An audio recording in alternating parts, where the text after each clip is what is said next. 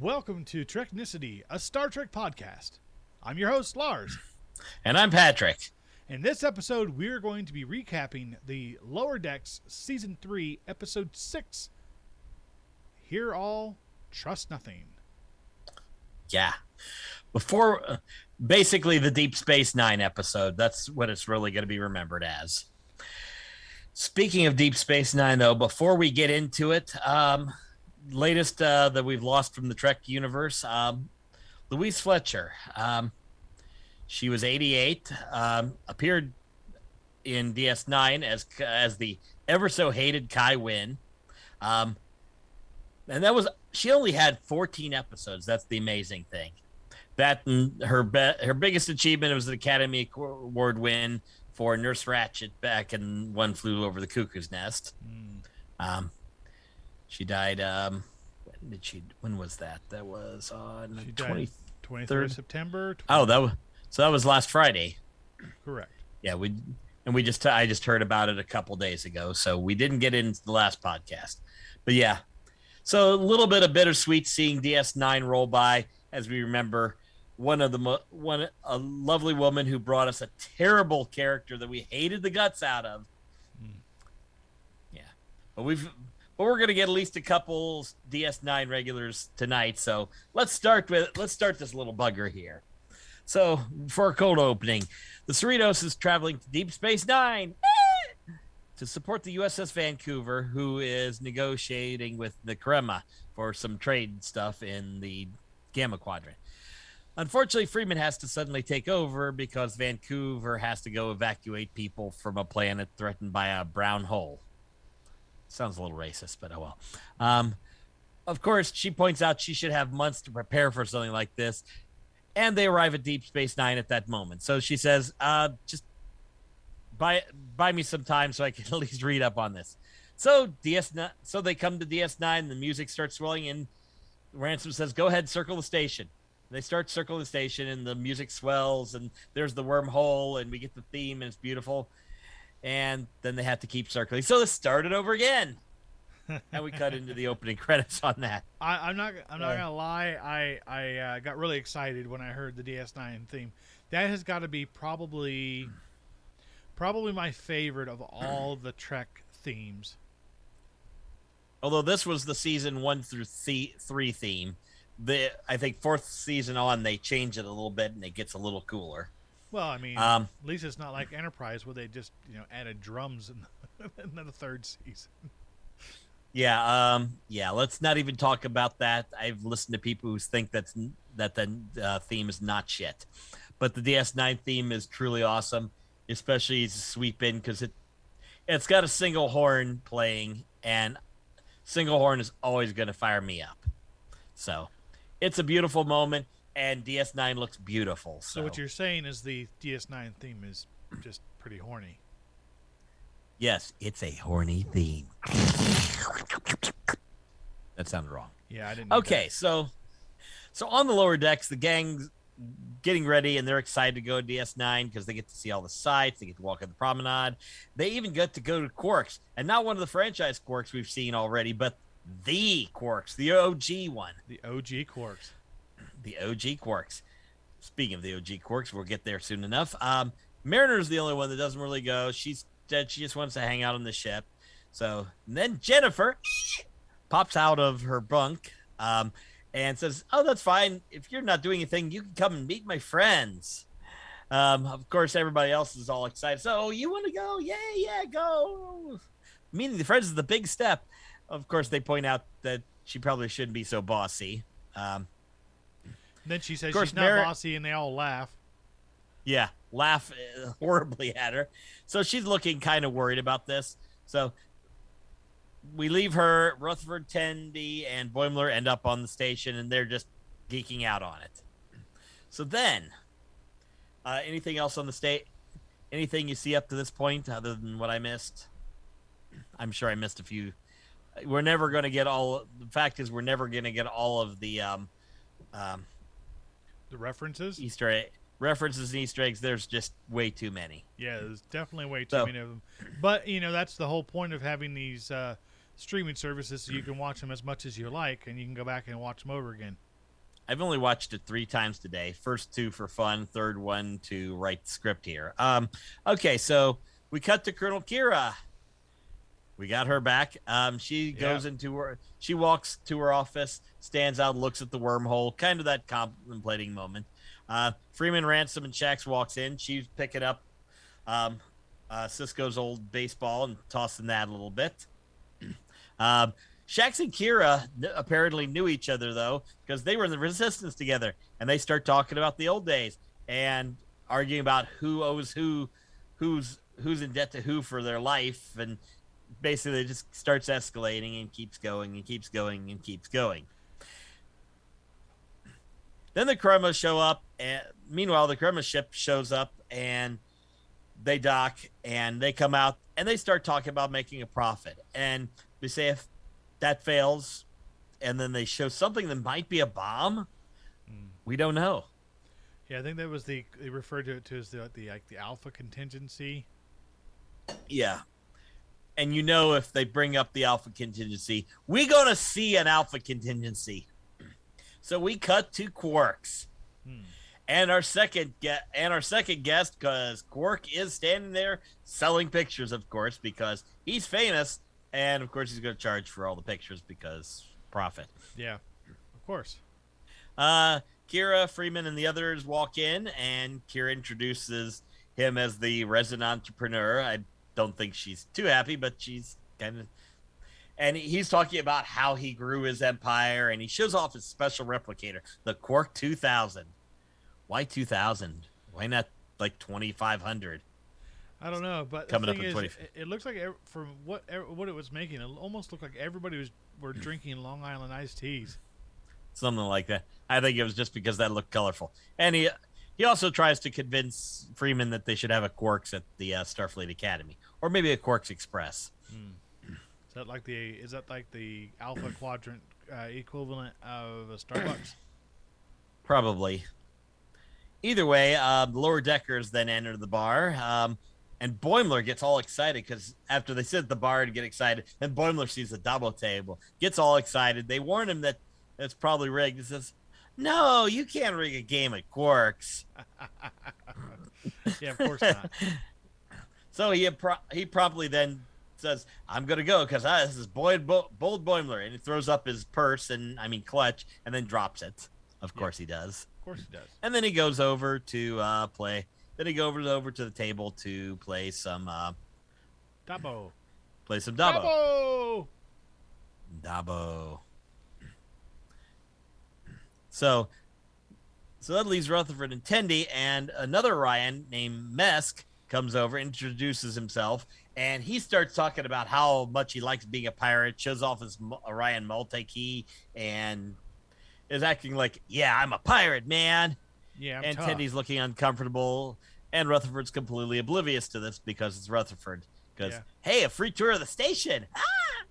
And he gets to do all the touristy things like sit on the bridge on the walking bridge on the second level and hang his legs eventually over. Gets on the second, wants to talk to the junior reporter, all that. All that shit. We're not there yet. So meanwhile, on the Cerritos, Mariner goes to the salon, or whatever they're calling their gathering. So finds out that Jenny has a bunch of friends, and they're all dressed casually, and she's in her uniform still, rolled up, but still in her uniform, and they're gonna make candles. And apparently she goes and says, "I need a drink." Goes to get a drink, and then they start asking about Boimler, who apparently one of them thinks is sexy. She pours a very large drink. Like the entire bottle. Yeah, the entire bottle. Now, the Kremlins are kind of pissed because they were expecting another captain, not Freeman. So she says, "Oh, well, we got a whole bunch of gifts." "Oh, gifts? Okay, I guess since we're here, we might as well talk." And yeah. Meanwhile, Shax and Kira are still going on about who saved who last and who owes who. Yeah, it's like a dick waving. Kira! It's hilarious. So then we cut to Rutherford geeking out on the promenade, having to hang his legs off the upper deck and talk to the junior pro. Meanwhile, Mess just continues going on about pirates. And Tenny's starting to get pissed because, yeah, she just doesn't want to. She doesn't want to hear about how piratey the Orions are. So the moment Freeman calls for some Cerritos crew to go move crates, she basically grabs Rutherford and says, Rutherford, let's go. And they go off to get crates. So we cut back to Boimler. He's winning and keeps winning. So go ahead. I was going to make a comment about the huge stack of Latinum. Oh, I wonder how huge that's going to be before he loses it. Spoiler alert. He's not. So where was I? I lost track because I got lost. So Rutherford and Tendi are moving crates over onto the Kremen ship, and Mesk shows up. Hey, I'm on guard duty, so let's talk more about pirates. Yeah, as you can see, Tendi's still going. Like eye twitching, yeah. Like, pirates. I think the only thing that really caught my eye is the fact that, like, you knew when you first saw Tendi as a character, you knew she was an Orion, but dude doubled down. Like he is he's almost olive green Orion. Yeah, whereas Tendi's that nice mint green. I think it's because it makes her cuter, but oh well. I'm waiting for you to say something because I'm pretty certain you're going to perv on some lower deckers again. Oh, hey, just because she's hot in an animated towel does not mean I'm a perv. Oh, yeah, it means I'm a perv. All right, never mind. Yeah. Okay, so meanwhile, Mariner and Jennifer are sitting there listening to one of her friends do poetry, and they're snapping along once he finishes, and it's just ridiculous. Yep. And I've got people pounding around in the background. That's always good for sound. Mm-hmm. Okay. They try to get Mariner up, but she's like, I just want to sit and listen to you guys. And yeah, there's a little hostility from from the one girl. I forget her name, and I don't really care because not that important. So of course the next one jumps up, decides to do some interpretive dance she calls the Kobayashi Maroon. I know the whole she's doing the whole sort of Deanna Troy maroon outfit sort of, and then calls it the Kobayashi Maroon, like except without the booby straps and weird stuff that for some reason is work 24th century workout outfits. Yep. Fun fact: apparently those outfits were purchased from JCPenney during production. Wonder why JCPenney went out of business. Well, it went out of business where you live. Yeah, sure. And they're dying. You know it. I know it. The whole world knows it. So Kira's on the way. So Kira and the others are trying to convince the Kremens that there's lots of commerce going on. They're not impressed. Freeman, though, points out, introduces them to Quark. Quark, though, when he's given a chance to make profit, seems to be strangely hostile to the Kremens. I mean, just why. like blaming him for not doing anything during the Dominion War and just being a dick, which is kind of weird. Mesk is still going. Meanwhile, Mesk is still going off on about pirate shit. And Tendi finally goes off on him that she really hates her Orion pirates because it's terrible. So, also, Boimler's still winning. Frankie claims he's cheating, and nope, it's just a lucky streak. So spin it in more, and that Latinum's growing higher and higher. The Kremens are still arguing with Quark, though, going back and forth.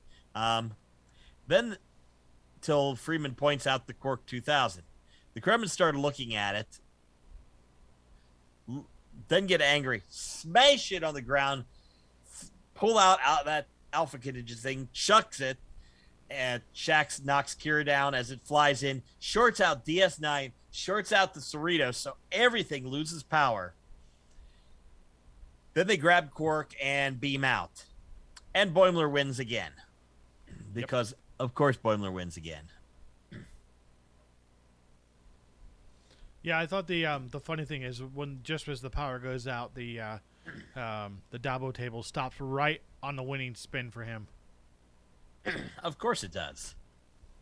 So meanwhile, back on the Kremen ship, where Mesk is putting markings saying how much of a traitor Tendi is, and continuing his I'm an asshole pirate theme thing. When the Kremens drag Quark through, hit the button, close all the doors, and start making for the wormhole. Mesk kind of starts panicking.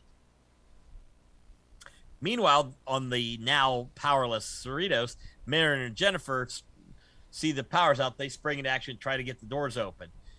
Meanwhile, the other girls are starting to get all panicky and start coughing. And then Mariner finds out that the candles are sucking oxygen, so she tries to put them out. And they start getting the other women start getting stupider and stupider. And Mariner's like, "Please calm down, please." Jennifer takes her side and says, "Why are you doing this? Why aren't you just ripping them a new asshole?" Says, "I'm trying to fit in with your friends." So, "No, that's why I like you, because I wanted you to rip my friends a new asshole." Yep. So Mariner pulls out a phaser and ends up phasering everybody else in the room. Yep. While Jennifer goes, yeah, it's so funny. Like all excited watching Mariner do her phasering people down. I love when they're running and screaming, and she's like, "I'm just realizing my dreams." It's beautiful. Meanwhile, the Kremen ship is racing towards the wormhole at full speed. Rutherford turns to Mesk and says, "Come on, you can take over the ship. Use all your pirate skills." And then Mesk panics and says, "I never done any piracy because I'm from Cincinnati." I come from C-I-N-C-I-N-N-A-T-I, Cincinnati, the best town in Ohio, USA. Okay, that's good enough. Then, by the way, that's from Babes in Toyland from like '86, because I'm that weird, and I came up with that reference. Lower Decks is not the only one to come up with a reference. So apparently, he also only learned about Orion piracy from all the books. You know, the bad ones with the boobies on the cover, like the Harlequin romance novels for Orions. Yeah. So Tendi tells him it's all right. You don't have to be a pirate, and then grabs the his what is the tool he has? The Orion. I lost. The Orion multi-key. Grabs that off, starts ripping the door open, and goes full on pirate.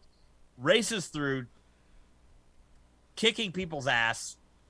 Rips a gold tooth out of a guy. Last one just jumps off rather than fight Tendi as she comes running. She shorts out the ship just at the entrance to the wormhole. Yep. And then, of course, the DS9 tractor beam catches them, starts pulling them back, and they beam the Kremens to the brig. Or to security, more exactly. Right. Back on the ship, Mariner and Jennifer are having a moment, talking to each other, and then Jennifer gives her a quick kiss and points out that, it'll look bad if we're the only ones not phasers. So they phaser each other and fall in each other's arms, and it's cute as hell. Yep. And that's what we wanted. They finally delivered on that. They kiss, they embrace, and then get phasered, and it's cute. It's exactly what we needed. It's exactly the thing we finally needed, because we were waiting so long we waited almost the whole season to see some more Jennifer fun. Especially after we saw sexy bikini babe Jennifer image. Oh yeah, a couple episodes we knew we ago. wanted to see something.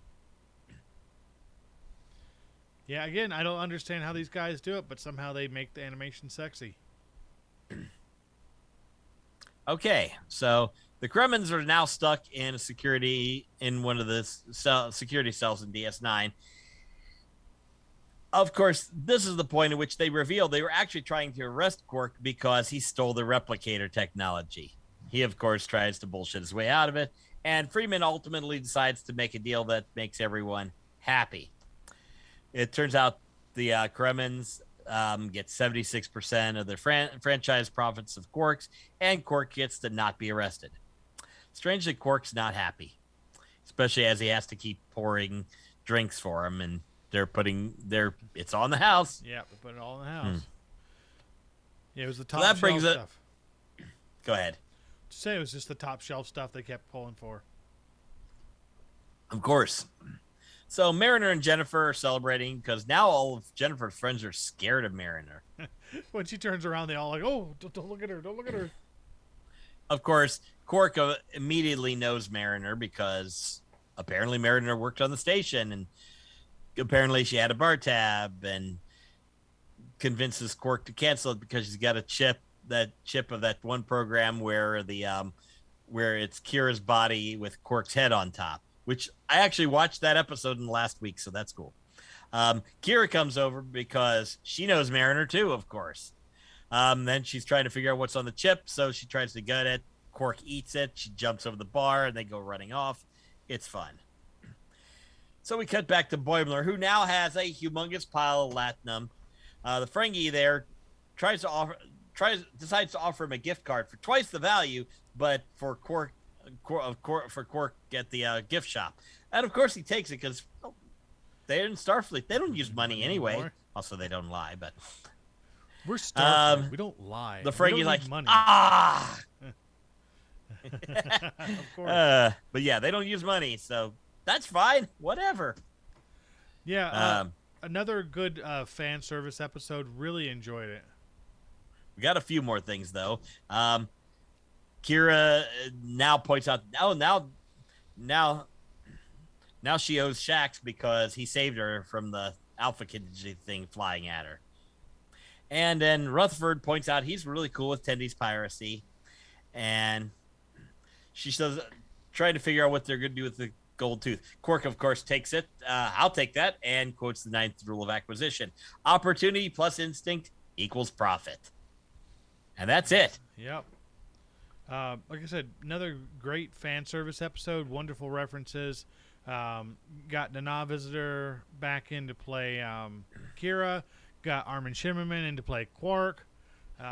They sound really old, though. Yeah, they definitely. It's been a while since they've done these voices, and they've aged a bit, but still lovely. Really good fan service. Yeah. I mean, starting with the title, it's Rule of Acquisition 190. I know this because I looked that up. Ooh. So you have the Google Foo. Yep, pretty much. That's how we do this. But yeah, I will say this is less of a deep development episode. We got more fun with Tendi and her piracy, and we find out she's really good at doing piracy. Yep. We got the Mariner story was probably the big one. Other than that, it was just mostly let's throw everybody on DS9 and have a DS9 episode. Yeah. I could have stopped right at the whole part where they show up at Deep Space Nine and they play the theme. I could have been like, if they ended the episode right there, I think I would have been okay with that too. Well, then it'd been a really short episode. They could have spent the entire episode just flying the station and playing the music on loop. And pretending that they're impressed by the pylons. Over and over and over. Yeah. So, I'm looking forward to seeing what next week's episode brings or has in store for us. Because I haven't seen anything bad this season, so, touch wood. I haven't seen anything bad this entire series, to be honest. There have been no bad episodes. I'm sure we could go back through and nitpick and find the less than great episodes. True. But this is the thing. We're getting more shows like this where every episode hits. Maybe a few of them don't land quite as well. Strange New World's the same way. There's a few people that didn't like some episodes, but every episode was good. Right. Of course, they have short seasons, so it's easier. Yeah, that's the only thing that really bothers me about these ones is that, because we're Gen Xers and we grew up before the age of DVRs and streaming and all that jazz, we got 24 to 26 episodes of a series every year. So, we got like 5 or 6 months worth of episodes, whereas here we're getting 10. And I think that would be my only real beef with it is I really wish the seasons weren't as truncated. But then we don't get episodes like The Naked Now and Code of Honor and half of Enterprise season 1 and just entire seasons of. We just got to make some episodes. So what do we got? What do we got in the shit bin? Hey, here's a shitty script. Let's shoot that one. Oh well. I suppose I can. Less episodes, more quality. I'll take it. So you're definitely saying they've now shifted into a quality over quantity model. Yep. Fair enough. So, all right. Well, that that is all we have for this episode of Treknicity. We very much enjoy being able to do these episodes and like doing the recaps, and we're, as you can tell, we're going to be splitting the recap episode or the recap topic away from our newly formed second topic, and that way the main podcast one. Right. So in an attempt to be a little bit more relevant and more timely, we are doing these as the episodes come out. We'll probably shift them around a little bit as the new series or new seasons of the different series come out. I think the only other new Trek that's due to come out this year is probably Prodigy. I don't know if we're going to see season 5 of Discovery, which I, just based on personal preference, may or may not cover that as it comes out. But for the most part, we have cut out episode 2. So the next ones are Picard season 3 and Strange New Worlds season 2, and we know both of those will drop in 2023. In the meantime, we'll do recaps as we've got content that we want to cover. Because we got 4 more, we got 4 more this season. So, yep, and that's it. So, thank you for everybody. Again, thank you to everybody who watches this show and gives us feedback and advice and all that. And also make sure to look down here, see down here. You see all these nice ways to find us on social media, as well as now you can go to anchor.fm/Treknicity, and you can see all the cool places that you can listen to the podcast. That includes Spotify, Apple Podcasts, Google Podcasts, and now, as of today, iHeartRadio. We're on iHeartRadio. Sweet. We are on iHeartRadio. Now I cannot listen to us on there because I don't want to listen to me. Excellent. Well, you might, but I don't. Well, this is Treknicity, and I'm Lars. And I'm Patrick. And as always, here on Treknicity, we tell you to rock out, which you spock out. And we will see you next time, folks. Yep.